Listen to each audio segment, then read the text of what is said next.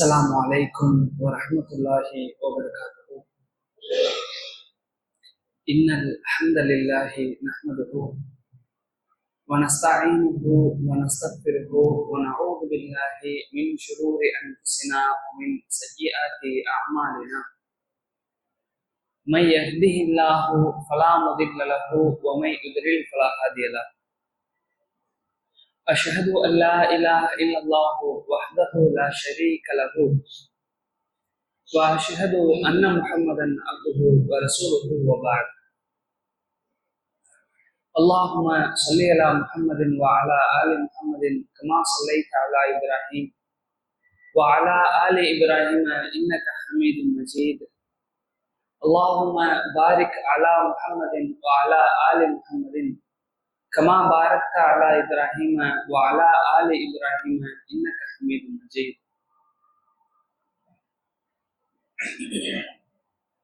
பெருமகனார் அல்லாஹ்வினுடைய தூதர் ரசூல் ஸல்லல்லாஹு அலைஹி வஸல்லம் அவர்கள் மீதும் அவர்களினுடைய உத்தம சஹாபா பெருமக்கள் மற்றும் சஹாபிய பெண்மணிகள் மீதும் இவ்வுலகில் வாழக்கூடிய அனைத்து இஸ்லாமிய சகோதர சகோதரிகள் மீதும் வல்ல அல்லாஹ் ரப்புல் ஆலமீனின் சமாதானமும் சலாமும் என்றென்றும் நின்றும் நிலவட்டுமாக. சங்கைக்கும் கண்ணியத்திற்கும் உரிய ஏக இறைவனின் நல்லடியார்களே, வரலாறுகள் என்ற தலைப்பின் கீழ்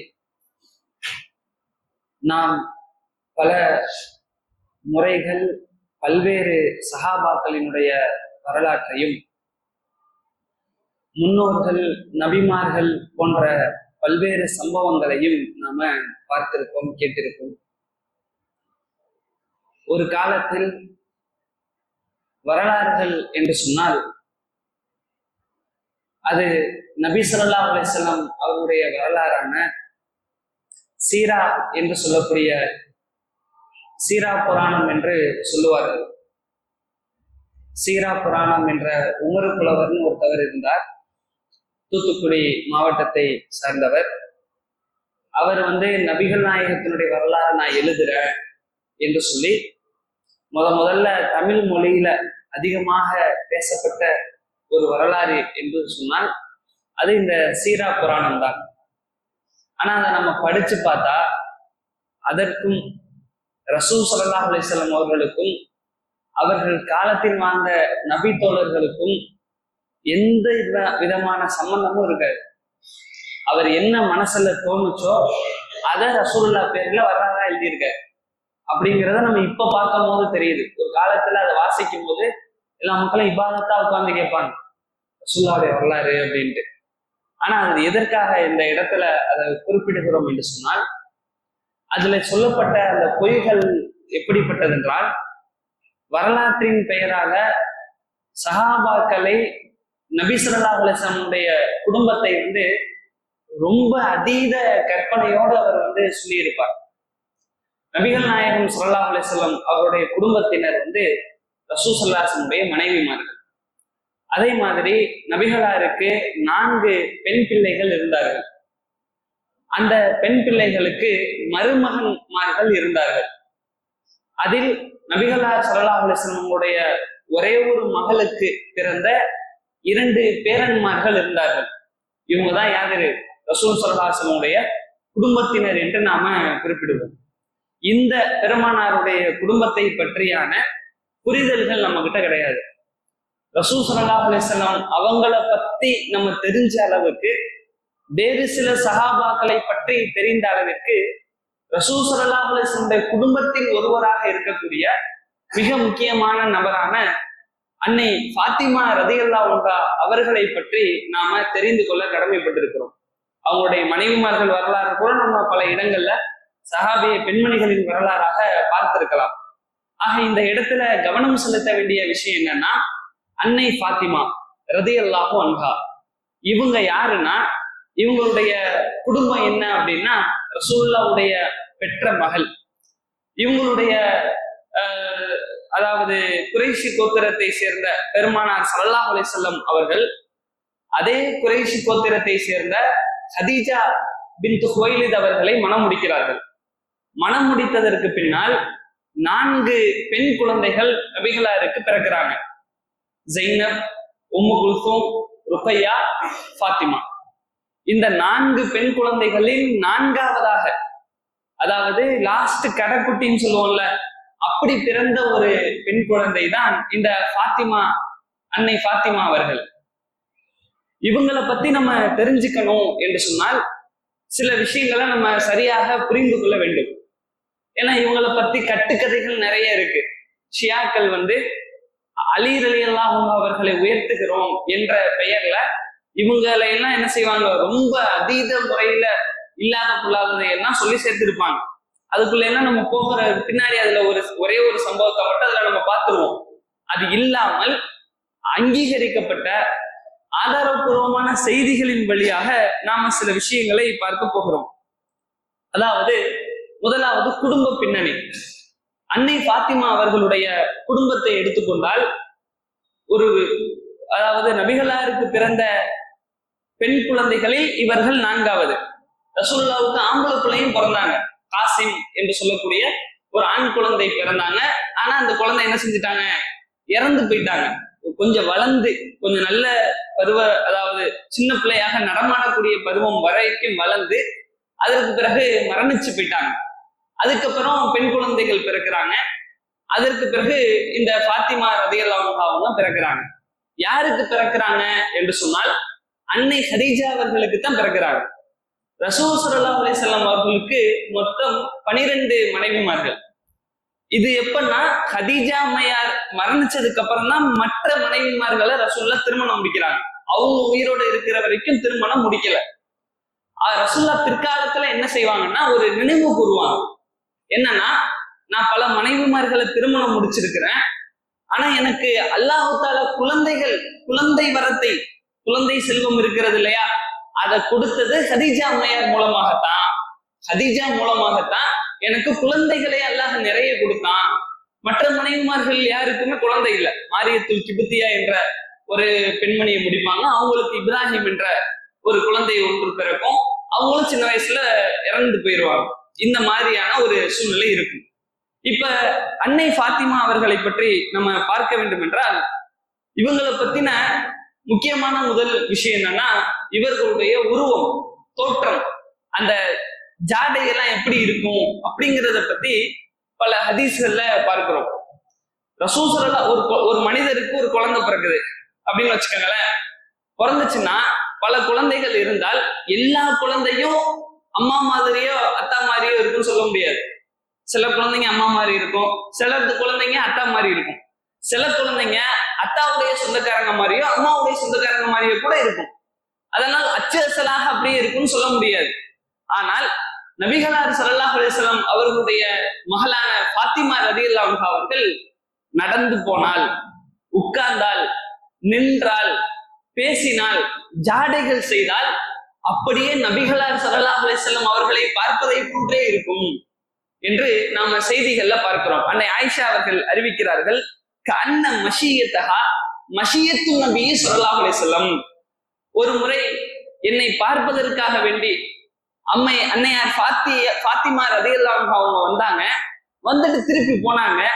அப்ப நான் அவங்களுடைய நடையை கவனித்து பார்க்கும் பொழுது கஅன்ன மஷியத்தஹா, அவங்க நடந்தது எப்படின்னா மஷியத்து ரசூலுல்லாஹி ஸல்லல்லாஹு அலைஹி வஸல்லம், அப்படியே ரசூலுல்லாஹ் மாதிரியே இருந்துச்சு. ரசூல் ஸல்லல்லாஹு அலைஹி வஸல்லம் அவங்களுடைய அந்த நடை ஸ்டைல் இருக்குல்ல, அது அப்படியே உரிச்சு வச்ச மாதிரி இருந்துச்சு என்பதை என்ன செய்கிறோம், பார்க்கிறோம். இன்னும் சில செய்திகள்ல எப்படின்னா, நடை மட்டுமல்ல, சாயல், அவங்க முகச்சாயல் இருக்கு பார்க்கிறதுக்கு அப்படியே ரசூலுல்லாஹ் ஜாடையில அப்படியே இருப்பாங்களாம்.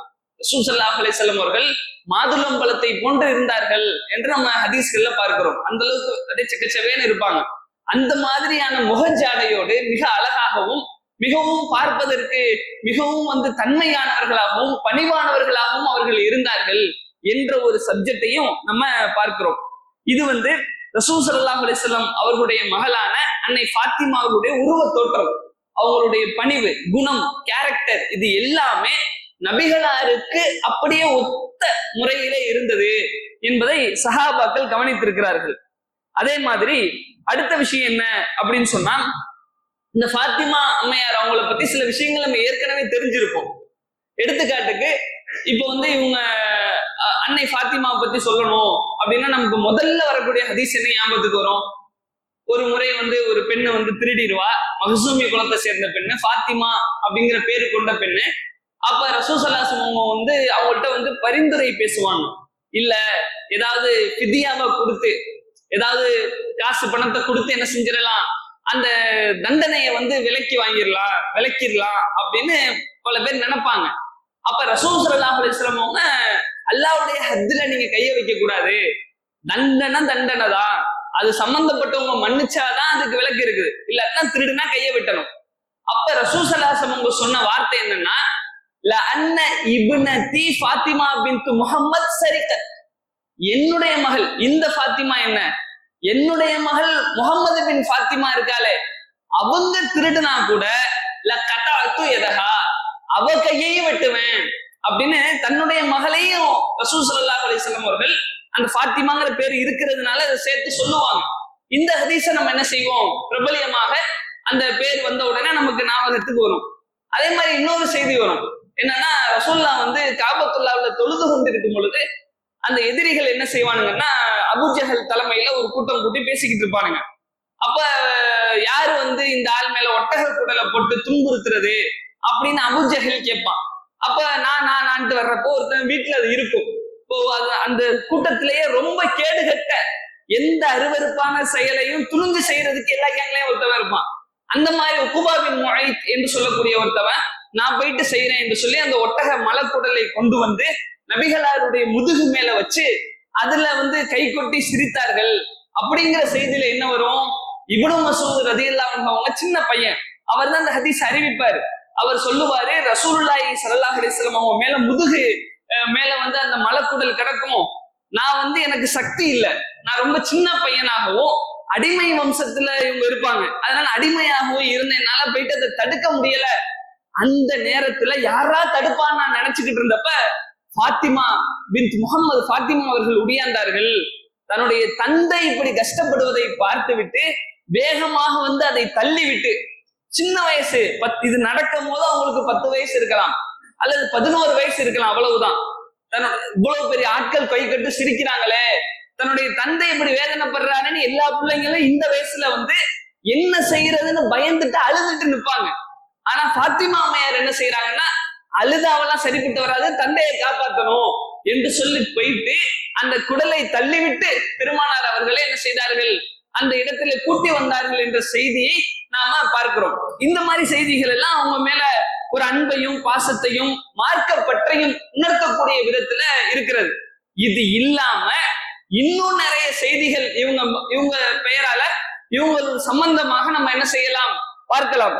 அதுல ஒரு விஷயம் என்ன என்று சொன்னால், இவங்க வந்து இவங்களை பத்தி தெரிஞ்சுக்கணும் அப்படின்னா, சிம்பிளா புரிஞ்சுக்கணும்னா, ரசூல் ஸல்லல்லாஹு அலைஹி வஸல்லம் அவர்கள் நபியாக ஆனாங்க இல்லையா, அந்த டைம்ல இருந்து நபிகள் நாயகம் அவர்கள் மக்காவுல பட்ட எல்லா கஷ்டமும், துன்பம், துயரங்கள், அதே போன்று ஹிஜ்ரத்தினுடைய சிரமங்கள், அதை தாண்டி மதீனாவுக்கு போயிட்டு அங்க பல வருடங்கள் சிரமப்பட்டது, போர்க்களங்கள், இது எல்லாம் தாண்டி நபிகள் நாயகம் ஸல்லல்லாஹு அலைஹி வஸல்லம் அவர்கள் மரணிக்கக்கூடிய அந்த தருவாய் வரை கூட இருந்தது யார் என்றால் இவங்கதான்.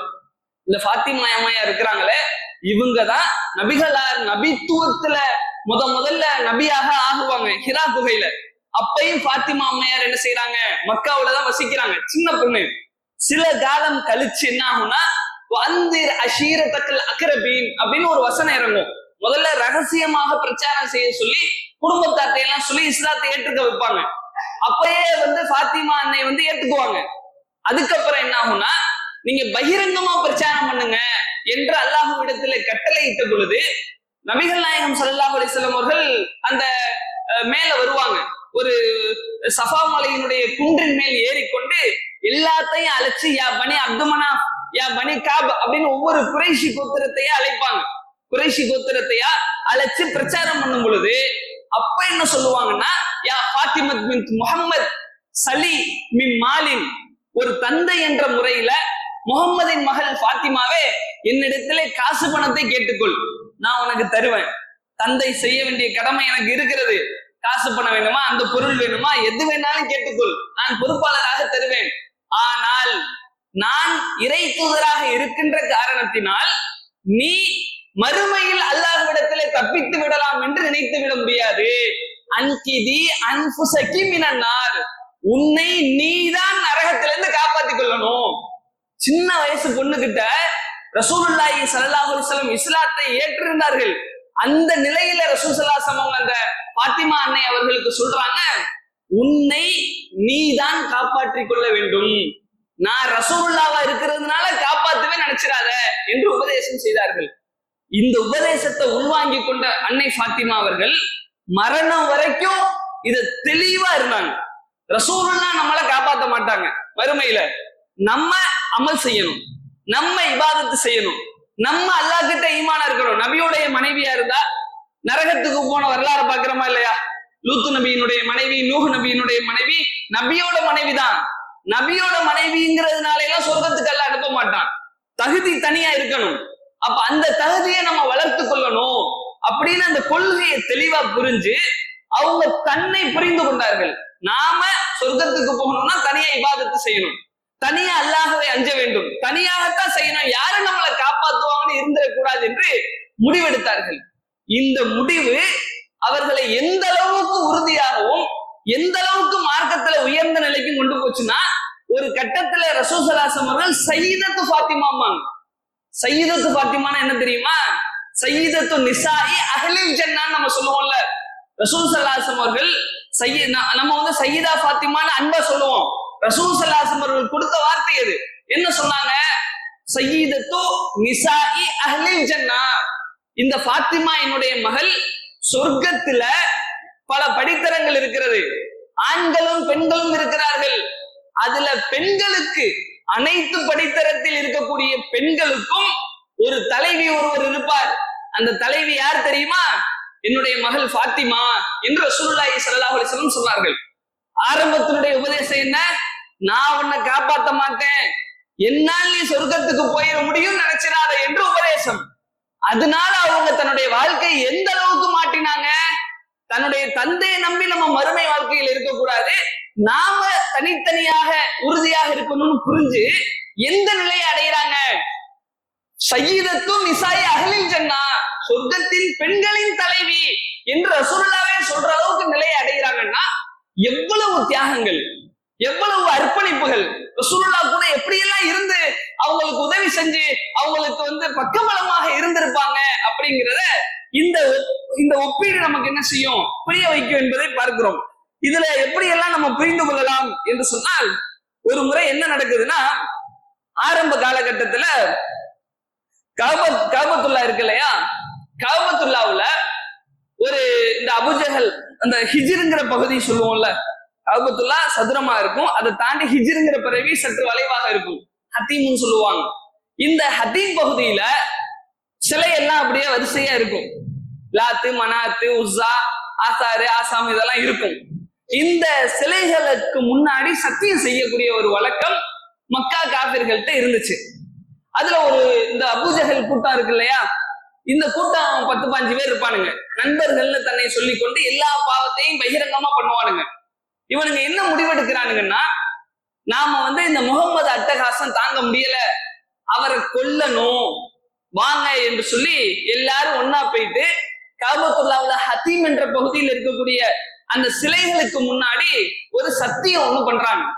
என்ன சத்தியம் பண்றாங்கன்னா, நாங்க வந்து கண்டிப்பாக, அதாவது நுகாத்திலுஹு ஹத்தா நக்துல், அவர் வருவார், முகமது இன்னும் கொஞ்ச நேரத்துல இந்த பகுதியில வருவார். அப்படி வரக்கூடிய நேரத்தில் நாம் என்ன செய்ய வேண்டும்? அவரை மொத்தமாக சேர்ந்து எல்லாரும் ஒன்னா சேர்ந்து அவரை அடிச்சு கொள்ளணும் அப்படின்னு சத்தியம் பண்ணுங்க அப்படின்னு கேக்குறாங்க. எல்லாரும் சத்தியம் பண்றாங்க.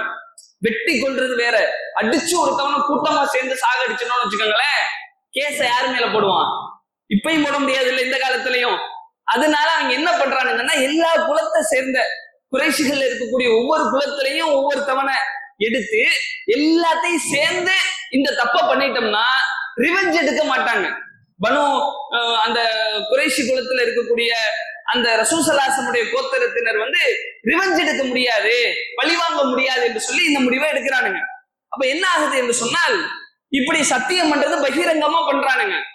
இது பண்ணதுக்கு அப்புறம் இதை பார்த்து கொண்டிருந்த ஃபாத்திமா பின்த் முஹம்மத், அன்னை ஃபாத்திமா அவர்கள் ரசூலுல்லாஹி அப்படியே அழுக வருது அவங்களுக்கு. என்னடா அப்படி அடிச்சு கொள்ளணும்னு முடிவு எடுக்கிறீங்க, சத்தியம் வேற பண்றீங்க கஅபத்துல்லாஹ்வுல என்று சொல்லி அழுது கொண்டே நபிகளார் ஸல்லல்லாஹு அலைஹி வஸல்லம் அவர்களிடத்துல வருகிறார்கள். அல்லாஹ்வின் தூதரே, இவர்கள் வந்து இந்த மாதிரி முடிவெடுத்துட்டாங்க, இந்த கூட்டம் வந்து இந்த அதாவது எப்படி சொல்லுவாங்கன்னா, ஹாஉலாஇ மலஉம் மின் கௌமிக், நம்முடைய கூட்டத்துல இருக்கக்கூடிய இந்த குறைஷி கோத்திரத்தில் இருக்கக்கூடிய தலைவர்கள் எல்லாம் சேர்ந்து கொண்டு உங்களை அடிச்சு கொள்ளணும் என்று அவர்கள் முடிவெடுத்திருக்கிறார்கள். அதனால வந்து ஏதாவது சேஃப்டி ஆயிக்கங்க அப்படிங்கிறதுக்காக எச்சரிக்கிறதுக்காக வர்றாங்க. அப்ப ரசூல் ஸல்லல்லாஹு அலைஹி வஸல்லம் அவர்கள் அப்படியா அப்படின்னு கேட்டுக்கொண்டு ஒழு செய்யணும் அப்படின்னு ஒழு செய்யறாங்க. பாத்திரத்தை எடுத்து வச்சு ஒழு செஞ்சுட்டு மகளையும் கூட்டிக்கிட்டு போறாங்க. எங்க போறாங்க? கஅபத்துல்லாஹ்வுக்கு போறாங்க. இதை சந்திக்கணும், அடிச்சு கொள்ளுங்களாங்கிற மாதிரி, இதை சந்திச்சுதான் ஆகணும் நேரடியா என்று சொல்லி, அப்ப அல்லாஹ்வுடைய உதவி நமக்கு இருக்கும் அப்படிங்கிற ஒரு நம்பிக்கையோட கஅபத்துல்லாஹ்வுக்கு போகிறார்கள். போகக்கூடிய நேரத்துல இந்த சத்தியம் பண்ணானுங்கல்ல இவனுங்க, இந்த கூட்டம் எல்லாம் அப்படியே நின்று கொண்டிருக்கக்கூடிய நேரத்துல நபிகளார் ஸல்லல்லாஹு அலைஹி வஸல்லம் கிட்ட வருகிறார்கள். இவங்க அடிக்கலான்னு முற்படும் பொழுது அந்த ஒரு அற்புதம் ஒன்று நடக்கிறது. அல்லாஹு தஆலா அந்த ஒரு அற்புதத்தை அந்த நேரத்துல நிகழ்த்தி காட்டுகிறான். என்ன அற்புதம்னா, அவங்க தலையை வந்து நிமிர முடியல, தலையை குனிந்தவாறு தன்னுடைய நெஞ்சு பகுதியை தலையை பார்த்தவாறு கீழே குனிஞ்சிடாங்க. எல்லாத்துக்கும் சுலுக்கிக்குச்சு. சுலுக்குனால தலையை கழுத்து வந்து என்ன செய்யல, வலி ஏற்பட்டு நிமிர முடியல. அப்படியே வந்து நிமிர முடியாம நிக்கிறாங்க. நபிகளாருடைய முகத்தை அவங்க பார்க்க முடியல.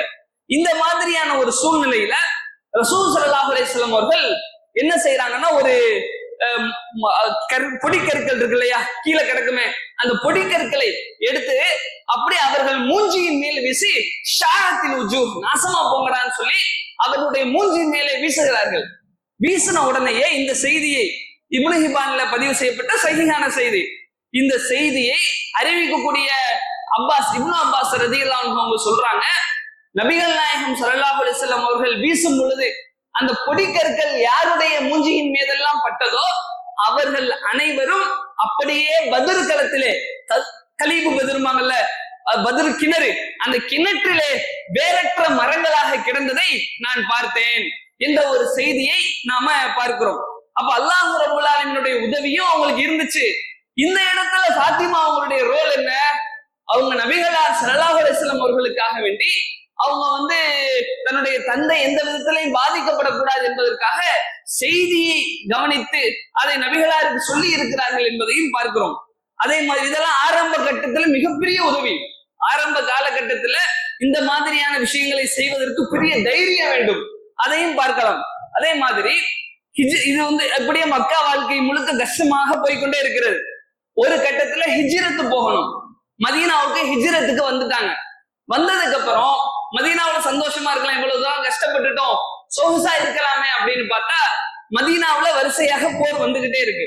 அதுல உஹது போர்க்களத்தை நாம இந்த ஃபாத்திமா அன்னை அவர்களுடைய பங்களிப்பை பார்க்கலாம். உஹது போர்க்களத்துல என்ன ஆகுதுன்னு சொன்னா, ரசூல் ஸல்லல்லாஹு அலைஹி வஸல்லம் அவர்களுக்கு போர்க்களத்துல ஈடுபட்டு கொண்டிருக்கும் பொழுது ஒரு பெரிய கல் வந்து வேகமாக அவர்களுடைய அந்த தாவங்கொட்டை பகுதியை அடிக்கிறது, தாடை பகுதியை தாக்குகிறது. சங்கிலியில பட்டு, அந்த ஹெல்மெட் போட்டிருப்பாங்களே அந்த இரும்பு கவசம், அந்த தலைக்கவசத்திலே இருக்கக்கூடிய சங்கிலியில் பட்டு, அந்த சங்கிலி அந்த தாடையின் மீது, கன்னத்தின் மீது பட்டு, அந்த கன்னத்துல இருந்து ரத்தம் வழிந்தோடுகிறது. இன்னொரு கல் வந்து மூஞ்சி தலை மேல பட்டு நெற்றியில் இருந்து தலைப்பகுதியில இருந்து ரத்தம் வடிகிறது. நபிகளார் மயக்கம் ஏற்பட்டு நிக்க முடியல, அப்படியே அமர்ந்து அவங்க சொல்றாங்க. அந்த நேரத்துல வந்து கோபத்துல சில வார்த்தைகள் எல்லாம் சொல்லுவாங்க. எங்க வர்றாங்க தெரியுமா? அப்படியே நடந்து ஒரு இடத்துக்கு வந்து அமர்கிறார்கள். அங்க வந்து கூடாரம் இருக்கிறது, அதாவது அன்னை ஃபாத்திமா அவர்களையும் போருக்கு அழைச்சிட்டு வந்திருக்கிறாங்க. அப்ப போருக்கு தன்னுடைய மகளையும் ஏதாவது உதவி செய்யணும், செய்யக்கூடிய வழக்கம் அன்றைய காலத்துல இருந்ததுனாலையும் போருக்கு பெண்கள் வரணும் அப்படிங்கிறதுக்காக ரசூல் ஸல்லல்லாஹு அலைஹி வஸல்லம் அழைச்சிட்டு வர்றாங்க. அப்ப பொதுவா தலைவர்களை பார்க்கலாம்ல, பெரிய ஒரு இடத்துக்கு வந்துட்டாங்கன்னா தான் குடும்பத்தை அப்படியே சேஃப்டி பண்ணிடுவாங்க. ஊருக்குள்ள வந்து என்ன பண்ணணும், எல்லாரும் வரணும் தியாகமா அப்படிலாம் பேசுவாங்க. தன்னுடைய குடும்பம் வந்து களத்துல நிக்காது. அந்த மாதிரி எல்லாம் ரசூலுல்லாஹ் வைக்கல. தன் மகள் பாத்திமாவாக இருந்தாலும் போரில் தோற்றால், பின்னடைவு ஏற்பட்டால் முதல் ஆபத்து பெண்களுக்கு தான் வரும். அது தெரிஞ்சிருந்தும் கூட உயிருக்கு மேல் அவ்வளவு பாசம் வைத்திருந்த தன்னுடைய மகளை போருக்கு அழைச்சிட்டு வந்திருக்கிறாங்க. அப்ப பாத்திமா அண்ணன் என்ன பண்றாங்கன்னா, அங்க நடக்கிற ஒரு காலத்து பாத்திமத்து பின்த் ரசூலுல்லாஹி ஸல்லல்லாஹு அலைஹி வஸல்லம் தக்ஸிலு தம, நபிகளார் ஸல்லல்லாஹு அலைஹி வஸல்லம் அந்த முகத்திலே வடிந்து கொண்டிருந்த அந்த இரத்தத்தை பாத்திமா அன்னை அவர்கள் தான் தண்ணீரை கொண்டு கழுவினார்கள். கழுவுறாங்க, தண்ணியை ஊத்தி துடைக்கிறாங்க. துடைச்சா திருப்பி திருப்பி வந்துகிட்டே இருக்கு, நிக்கல ரத்தம். அவங்களுக்கு தெரியுது தண்ணீரை வச்சு துடைச்சாலும் இது வேலைக்கு ஆகாது என்று சொல்லிவிட்டு ஒரு பேரிச்சம் குச்சி கொண்ட ஒரு பாய் இருக்குது. பேரிச்சம் தென்னங்குச்சியில பாய் பண்ணுவோம்ல, அந்த மாதிரி பேரிச்சம் குச்சியில பாய் பண்ணிடுவாங்க. அந்த பாய் ஒன்று இருக்கிறது. அதை எடுத்து மருத்துவம்லாம் தெரிஞ்சு வச்சிருக்காங்க. இன்றைய காலத்து பெண்களுக்கு மருத்துவம் தெரியுமா, சமையல் தெரியும், வேற வந்து போன்ல வந்து ரீல்ஸ் பார்க்க தெரியுமே தவிர மருத்துவம் தெரியுமா என்றால், அந்த அன்றைய காலத்து சஹாபிய பெண்மணிகள் நிறைய கலைகளை கத்து வைத்திருந்தார்கள். நேரத்தை வீணாக்க மாட்டாங்க. அதன் காரணத்தினால் அவங்களுடைய அந்த மருத்துவ ஃபர்ஸ்ட் எய்டு விஷயத்தை எல்லாம் சரியா கவனிச்சு அவங்க என்ன பண்றாங்கன்னா, ஒரு பாயை எடுத்து நெருப்பை பத்த வச்சு உடனே அந்த பாயை தூக்கி நெருப்புல போடுறாங்க. அப்படியே எரியுது, சாம்பல் ஆயிடுச்சு. அந்த சாம்பலை எடுத்து, அன்றைய காலத்து மருத்துவ முறை இது, அந்த சாம்பலை எடுத்து அந்த அடிப்பட்ட இடத்துல தேய்த்து ரத்தத்தை நிப்பாட்டுகிறார்கள். நிப்பாட்டியதற்கு பின்னால் தான் அந்த காயம் சரியானது என்ற ஒரு செய்தியை நாம பார்க்கிறோம்.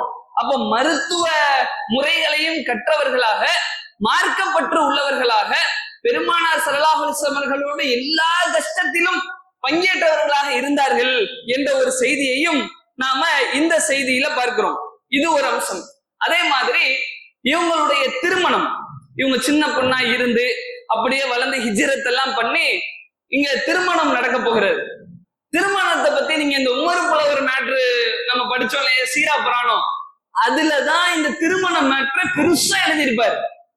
4-5 பக்கத்துக்கு எழுதியிருப்பாரு. என்னன்னு பார்த்தா, ரசூலுல்லாஹ்வுடைய மகள் ஃபாத்திமா அலி திருமணம் எப்படி நடந்தது தெரியுமா அப்படின்னு ஆரம்பிச்சு அதுல பாத்தீங்கன்னா வாழை மரங்கள் எல்லாம் அப்படியே மதீனா முழுக்க வாழை மரங்கள் கட்டி இருந்தது. அப்படியே தோரணங்கள் ஜொலித்திருந்தது. இரவு பகலை போன்று இருந்தது. நட்சத்திரங்கள் எல்லாம் நேரா வந்து நின்றது. அப்படிங்கிற லெவலுக்கு அப்படியே பயங்கரமான பில்டப்பா இருக்கும். அப்படியே வர்ணனைனா அப்படி ஒரு வர்ணனையா இருக்கும். இப்பதான் வாழைமரம் பாலைவனத்துல வாழைமரம் கட்டினாங்க. அவர் என்ன நினைச்சுக்கிட்டாருன்னா, எழுதும் போது நம்ம ஊர்ல எப்படி கல்யாணம் நடக்குது, இதே கொஞ்சம் கிராண்டா எழுதுவோன்னு எழுதியிருக்காரு. ஆனா உண்மையிலேயே ரசூல் ஸல்லல்லாஹு அலைஹி வஸல்லம் மகள் திருமணம் அப்படி நடந்துச்சா அப்படின்னு ஹதீஸ்கள்ல எடுத்து பார்த்தா, வரலாற்றுல இப்படி எளிமையா திருமணம் நடந்திருக்காரு. அவ்வளவு எளிமையான திருமணத்தை தன்னுடைய மகளுக்கு ரசூலுல்லாஹி ஸல்லல்லாஹு அலைஹி வஸல்லம் அவர்கள் செய்தார்கள். அது மட்டும் இல்ல, வலிமா அதை விட எளிமை. அது மட்டும் இல்ல, தன்னுடைய மகளுக்கு பார்த்திருக்கக்கூடிய மாப்புள்ள எவ்வளவோ கோடீஸ்வரர்கள் இருந்தார்கள் மதீனாவுல, எவ்வளவோ பணக்காரர்கள் இருந்தார்கள், அழகான எல்லா தகுதியும் கொண்டவர்கள் மதீனாவுல இருந்தாங்க. அவங்களை எல்லாம் விட்டுட்டு பரம ஏழை என்று சொல்லக்கூடிய அளவுக்கு அந்த நேரத்திலே வசதி இல்லாமல் இருந்த ஒருவரைத்தான் நபிகள் நாயகம் அவர்கள் மணமகனாக தேர்ந்தெடுத்தார்கள். யாரை தேர்ந்தெடுத்தாங்க என்று சொன்னால், அலி இப்னு அபி தாலிப் ரலியல்லாஹு அன்ஹு அவர்களை தேர்ந்தெடுத்தார்கள். பல மாப்பிள்ள வந்தா கூட அலி அவங்களைத்தான் நபிகள் நாயகம் ஸல்லல்லாஹு அலைஹி வஸல்லம் ஒரு தந்தையாக அலி ஃபாத்திமா அவர்களுக்கு தேர்ந்தெடுத்தாங்க. அலி யாரு, அந்த நேரத்துல அவருடைய வசதி என்ன என்று புரட்டி பார்த்தா, அவருக்கு வந்து ஒரு வீடு ஒண்ணு இருந்துச்சு. வீடு ஒன்று இருந்தது. அந்த வீட்டுல பாய் கிடையாது, அந்த வீட்டுல தலகாணி கிடையாது, அந்த வீட்டுல போர்த்திக்கிறதுக்கு போர்வை கிடையாது, சாப்பிடுறதுக்கு இந்த அடுப்பு அந்த இது இருக்குமே பானைகள் பாத்திரங்கள் அது கிடையாது. சும்மா படுக்கிறதுக்கு வெறுந்தரையில படுக்கிறதுக்கு மேல ஒரு கொட்டாய், இதைத்தான் வீடா வச்சிருந்தாரு அலி ரலியல்லாஹு அன்ஹு அவர்கள். இந்த நிலையில் இருக்கக்கூடிய ஏழ்மை கொண்ட அந்த குணத்தை தான் ரசூலுல்லாஹ் பார்த்தாங்க. நல்ல குணம் கொண்டவரா, வீரமானவரா, நல்ல அறிவு சிந்தனை கொண்டவரா, அவ்வளவுதான் ரசூலுல்லாஹ் பார்த்தாங்க. கோடீஸ்வரரா, பணக்காரரா, அது இருக்கா இது இருக்கா, எதையும் ரசூலுல்லாஹ் பார்க்கல. அப்படி மணமகனை நபிகள் நாயகம் ஸல்லல்லாஹு அலைஹி வஸல்லம் தேர்ந்தெடுத்தார்கள். அந்த நேரத்துல என்ன ஆகுது என்று சொன்னால், இது நசையில நம்ம பார்க்கிறோம். திருமணம் முடிக்கிறதுக்காக அலி ரலியல்லாஹு அன்ஹு அவங்க பெண்ணு கேட்கிறாங்க. அப்ப முடிச்சு தர்றேன் என்று சொல்லி நபிகளார் அவர்கள் முடிச்சுட்டாங்க. சும்மா 2 பேரை கூப்பிட்டு முடிச்சுட்டாங்க, அவ்வளவுதான். பெரிய பயங்கரமாலாம் ஒண்ணும் பண்ணல. முடிச்சதுக்கு அப்புறம் அன்றைக்கு வந்து இல்லறத்துக்கு ஏற்பாடெல்லாம் நடந்து கொண்டிருக்கக்கூடிய நேரத்துல ரசூல் ஸல்லல்லாஹு அலைஹி வஸல்லம் அலி அவர்களை அழைத்து அவங்க என்ன சொல்றாங்கன்னா, நீங்க வந்து ஹல் இந்த கஷை ஏதாவது இருக்குதா, மஹரா கொடுக்கறதுக்கு ஏதாவது இருக்குதான்னு கேக்குறாங்க. அப்பதான் அவர் சொல்றாரு, ஒண்ணுமே இல்ல, மகருன்னு கொடுக்கறதுக்கு ஏதாவது தங்கம் வேணும்ல, தங்கம் இல்ல, வெள்ளி இல்ல, இரும்பு மோதிரம் கூட இல்ல அப்படின்னு ஒண்ணுமே இல்ல அப்படிங்கிறாரு. அப்ப இந்த நேரத்துல ரசூலுல்லாஹ்வுக்கு ஒரு ஞாபகம் வருது. என்னன்னா, பத்ர் போர் நடந்துச்சுல்ல, அப்ப வந்து பத்ர் போர்ல வந்து என்ன ஆச்சுன்னா ஒரு கேடயமும் ஒரு ஒட்டகமும் கிடைச்சிச்சு. ஒரு ஒட்டகமும் ஒரு கேடயமும் கிடைச்சிச்சு. இதுல வந்து அந்த கேடயத்தை வந்து நீங்க கொடுக்கலாமே, அந்த இருக்குதான்னு கேக்குறாங்க. கேடயம் இருக்குது. அவங்க தங்கம் அந்த மாதிரி நினைச்சிட்டு அதே இல்லைன்ட்டாங்க. அப்ப கேடயம் இருக்குதான்னு சொன்ன உடனே அது போருக்குள்ள உள்ளது, அதை எப்படி மகருக்கு கொடுக்கறது, வித்தா காசு வரும். அதனால ரசூல் ஸல்லல்லாஹு அலைஹி வஸல்லம் அதை நீங்க கொடுத்துருங்கன்னு சொல்றாங்க. அப்ப அதையே மகராக ஒரு சின்ன ஒரு கேடயத்தை, இரும்பு கேடயத்தை மகராக கொடுத்து அலி ரலியல்லாஹு அன்ஹு அவர்கள் திருமணம் முடித்தார்கள் என்ற ஒரு செய்தியை பார்க்கிறோம். அதுக்கப்புறம் வந்து வலிமா போடணும்ல, இந்த வலிமாவுக்கு என்ன பண்றாங்கன்னா, அவங்கள்ட்ட இருந்தது மிச்சம் உள்ளது என்ன, ஒரு ஒட்டகம், வேற ஒண்ணும் இல்ல. இந்த ஒட்டகத்தை வந்து என்ன செய்யறாங்கன்னா, அவன் ஒட்டகத்தை கொடுத்துட்டா ஒண்ணும் பண்ண முடியாது.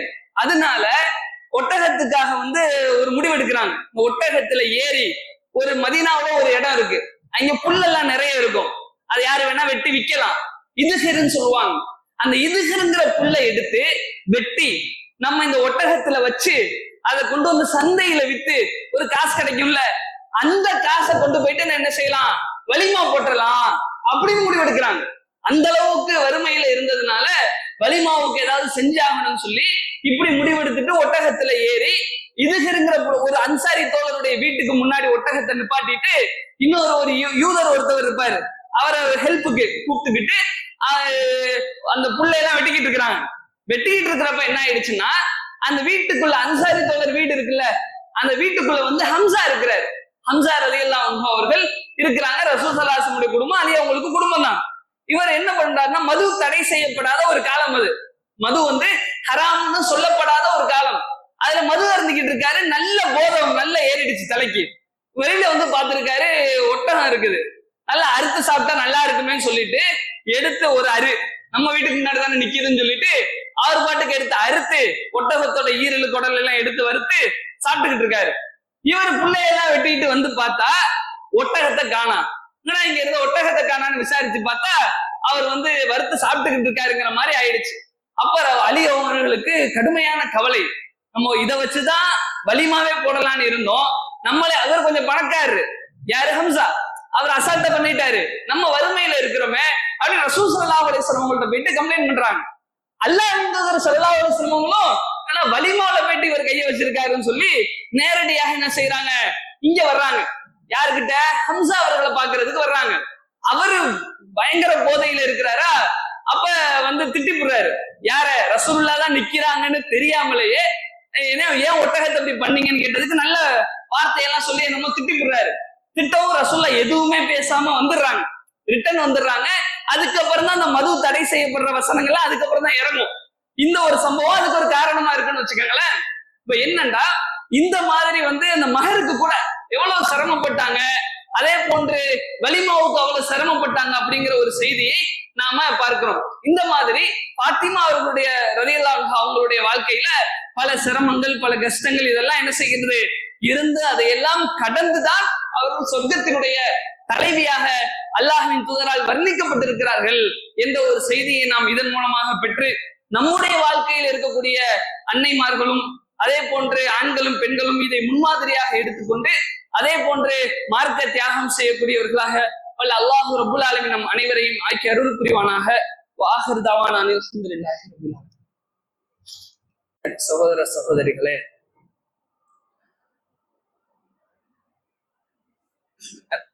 அன்னை ஃபாத்திமா ரலியல்லாஹு அன்ஹா அவர்களுடைய வரலாற்றை நாம பார்த்தோம். அதே போல கடந்த சில தினங்களுக்கு முன்னால் ஒரு வைரல் வீடியோ ஒன்று நம்ம எல்லாரும் பார்த்திருப்போம். ஒரு சிறுவன் 12 வயசு இருக்கும், அந்த பையன் வந்து பேசுறாரு, கிறிஸ்தவ மதத்தை சார்ந்த ஒரு சிறுவன். அவர் பேசுறாரு, இந்த மாதிரி நான் வந்து சின்ன வயசுல குழந்தையா இருக்கிறப்ப எங்க அம்மா வயிற்றுக்குள்ள இருந்தப்ப நான் பிறக்கவே மாட்டேன், நான் பிறந்தேன்னா செத்துதான் பிறப்பேன், அல்லது என்னுடைய தாய் வந்து செத்துருவாங்க அப்படி வந்து மருத்துவர் சொன்னாரு. அதுக்கப்புறம் வந்து என்னுடைய தாய் தந்தையர் என்ன செஞ்சாங்கன்னா தேவன்கிட்ட போயிட்டு ஒப்பு கொடுக்குறேன், அதாவது கடவுளுக்காக என்னுடைய குழந்தைய நான் அர்ப்பணிக்கிறேன், நல்லபடியா பிறந்தா என்று நேர்ச்சை வச்சுக்கிட்டாங்க. அதுக்கப்புறம் நான் பிறந்தேன் அப்படின்னு சொல்றாரு. அது தொடர்ச்சியா என்ன சொல்றாருன்னா, நான் பிறக்கும் போது 5 கிலோ இருந்தேன், இது வரைக்கும் கூட நம்புற மாதிரி இருக்கு. அதுக்கப்புறம் பாத்தீங்கன்னா நான் பிறக்கும் போது 5 கிலோ இருந்தேன் அப்படிங்கிறாரு. 5 கிலோவா, நம்புற மாதிரி இல்லைன்னு. அடுத்து போனா 9 நாள்லயே நான் என்ன செஞ்சுட்டேன், நடந்துட்டேன், 9 நாள்லயே நான் எந்திரிச்சு நின்னேன், 9 நாள்லயே நான் நடந்தேன், 9 நாள்லயே பாத்ரூமுக்கு போனேன். அதுக்கப்புறம் மன்னிப்பு கேட்பாரு, அது பின்னாடி வர்றேன். அப்ப இதெல்லாம் பண்ணுனேன் அப்படின்னு சொல்லிட்டு இதை வந்து நம்புறீங்க, எத்தனை பேர் நம்புறீங்க அப்படிங்கிறாரு. அவங்க அதெல்லாம் நம்புறேங்கிறாங்க. இதை கேட்கும் பொழுது நம்பலன்னு யாராவது சொல்லணுமா இல்லையா? இல்ல நம்புறோம்னு அமைதியா கை தட்டுறாங்க.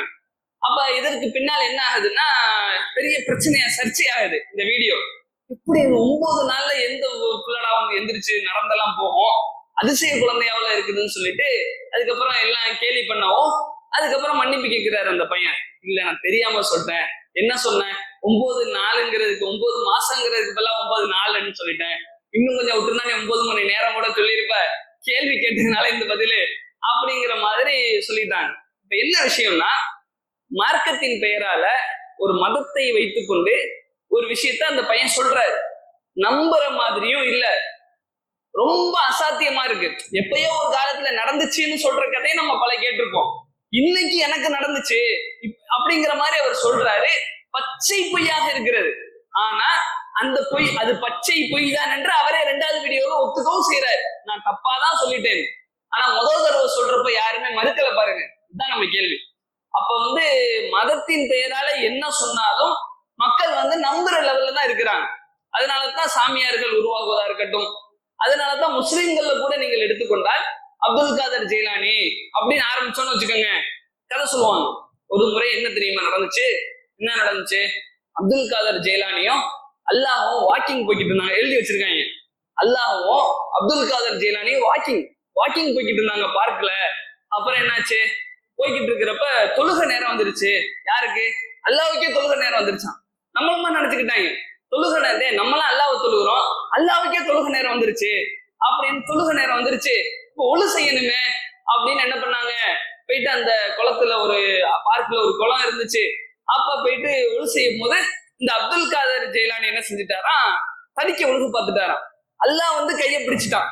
அதனால எப்படி, அதாவது மார்க்கத்துல கொஞ்சம் கூட ஒரு அணு அளவுக்கு ஈமான அளவுக்கு பேச மாட்டானுங்க. அதுல இருந்து கைப்பிடித்தவர் என்ற பெயர் இவருக்கு வந்துச்சு. அவர் கைப்பிடித்தவர்னு ஒரு பேர் இருக்குது. அந்த புனை பேர் எப்படி வந்துச்சுன்னா இப்படி வந்துச்சு. அதே மாதிரி ஒரு ரோட்ல போய்கிட்டு இருந்தாராம்.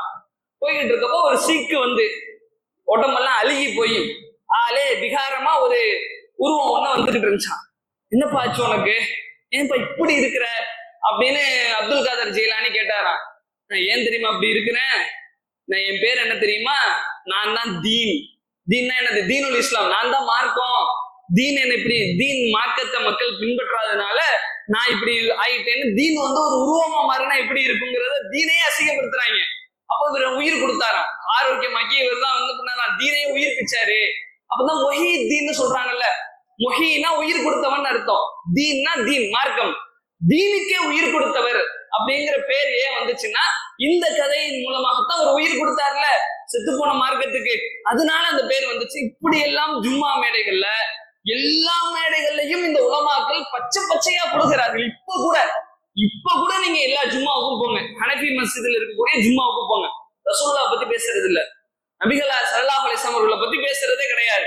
அந்த இமாம் ஜுஹ்ரி என்ன சொன்னார் தெரியுமா, தாரமி என்ன சொன்னார் தெரியுமா, ஹசன் பசரி என்ன சொன்னார் தெரியுமா ஆரம்பம். யாரு ஜுஹ்ரி, யாரு ஹசன்? ரசூலுல்லாஹ் பின்னாடி 100 வருஷத்துக்கு பின்னாடி வந்தவங்க. ரசூலுல்லாஹ் பத்தி சொல்லுவான்னு வந்து உட்கார்ந்துருக்காங்க எல்லாரும். ஆயிரக்கணக்கான மக்கள் எங்களுக்கு குர்ஆனை பத்தி சொல்லுங்க, ரசூலுல்லாஹ் பத்தி சொல்லுங்கன்னு உட்கார்ந்து இருந்தா, ஜூரி என்ன சொன்னாரு, சகஃபி என்ன சொன்னாருன்னு சொன்னா அவர்லாம் யாரு, அவருக்கு அட்ரஸ் என்ன தெரியாது. முஹிதீன் காதர் ஜெயிலானி எல்லாம் இந்த லிஸ்ட்ல வந்ததுதான். அப்ப தர்காக்கள் உருவாகிறது, அந்த எல்லா விஷயங்களும் இது சம்பந்தமா இருக்கக்கூடிய மார்க்கத்தின் பெயரால் புழுகப்பட்ட எல்லாத்துக்கும் காரணம் என்னன்னா, மக்கள் கேள்வி கேட்கவில்லை, மக்கள் அதை கைத்தட்டி அமைதியாக இருந்ததுதான் காரணம். ஆக இந்த மாதிரி புழுகல்கள், மதத்தின் பெயரால் நடக்கக்கூடிய புழுகல்களுக்கெல்லாம் நாம எந்த காலத்திலையும் துணை போகக்கூடாது என்ற ஒரு விஷயத்தை நாம ஆழமாக பதிய வைத்துக் கொள்ள வேண்டும். அதே போன்று இன்னொரு முக்கியமான விஷயம் என்னவென்றால், நம்முடைய அல் ஜமியத்து சலஃபியா சார்பாக நாம் என்ன செய்கிறோம், சத்திய மார்க்கத்தை எடுத்து வைக்கிறோம். பொய் இல்லாம குலகு இல்லாம குரான் சொன்ன அடிப்படையில மார்க்கத்தை நேர்வழி பெறணும் அப்படிங்கிறதுக்காக எண்ணற்ற பிரச்சார பணிகளை செய்கிறோம். ஒரு ஊர்ல இந்த மாதிரி குரான் சொன்ன அடிப்படையில பிரச்சாரம் செய்யக்கூடிய சில மஸ்ஜிதுகள் தான் இருக்குது, பெரும்பாலும் இல்ல, எல்லாம் பொய் புழுகளா தான் இருக்குது, அடிச்சு விடுற கதையா தான் இருக்குது, அது கல்லி எள்ளி கொடுக்குறாங்க. ஆனால் உண்மையான குரான் சுன்னாவை பேசக்கூடிய மக்கள்கிட்ட ரசூலுல்லாஹை பத்தி அவங்க சம்பந்தப்பட்ட விஷயங்களை மக்கள் மன்றத்தில் எடுத்து வைக்கக்கூடிய இந்த ஜமாத்துகளுக்கு மக்கள் வந்து பெருசா உதவி செய்யறதே இல்லை, அதுக்குன்னு ஒதுக்குறதே கிடையாது. ஜும்மாவுக்கு வசூலுன்னு கேட்டா கூட ஒரு குறைஞ்சபட்சம் ஒரு சட்டை வாங்க போனா 300 ரூபாய் 400 ரூபாய்க்கு வாங்குவோம். அந்த அளவுக்கு உண்டான ஒரு உதவியை நம்ம செய்வோமே என்பது இல்லை. ஒரு பிரியாணி சாப்பிட போனா 100 ரூபாய்க்கு செலவு பண்றோம், அந்த உதவியாவது செய்வோமே இல்ல. 10 ரூபா 5 ரூபா 7 ரூபா 2 ரூபா இந்த லெவலுக்கு தான் உதவிகள் இருப்பதை நாம பார்க்கிறோம். அப்புறம் எப்படி மார்க்கத்தை எடுத்து சொல்லி செலவினம் இருக்கா இல்லையா, நம்ம பயன்படுத்துற பொருட்களாக இருக்கட்டும் எல்லாத்துக்குமே செலவினம் இருக்கு. அப்ப அதுக்கான செலவினத்துக்கு பொறுப்பேற்றுக்கிற பொறுப்பு நமக்கு இருக்கா இல்லையா, அந்த அளவுக்கு கூட மக்கள் தங்களுடைய பங்களிப்பை செய்வது இல்லாமல் இருப்பது வருத்தத்துக்குரிய ஒரு அம்சமாக இருக்கிறது. ஆக எல்லாம் அல்ல அல்லாஹ் ரப்புல் ஆலமீன் நல்லடியார்களே, இந்த ஜும்மாவினுடைய அனைத்து வசூல்களும் தொகைகளும் அல் ஜமியத்து சலஃபியாவினுடைய தாவா பணிக்காக வேண்டி செலவிடப்படுகிறது. உங்க ஒரு மாதத்துக்கு ஒரு முறை தான் வசூல் பண்ணுவாங்க, அதை வச்சுதான் ஒரு மாதம் முழுக்க அந்த செலவினத்தை என்ன செய்ய முடியும், பாதுகாக்க முடியும். அதன் காரணத்தினால் உங்களுடைய அந்த செலவினங்களை சரி கட்டக்கூடிய விதமாக, அழகிய முறையிலே அதை தக்க வைத்துக் கொள்ளக்கூடிய விதமாக அதிகமான பொருளாதார உதவிகளை செய்யுமாறு அன்போடு கேட்டுக்கொள்கிறோம். வாஹிரு தஅவானா அல்ஹம்துலில்லாஹி ரப்பில் ஆலமீன். அஸ்ஸலாமு அலைக்கும் வரஹ்மத்துல்லாஹி வபரகாத்துஹு.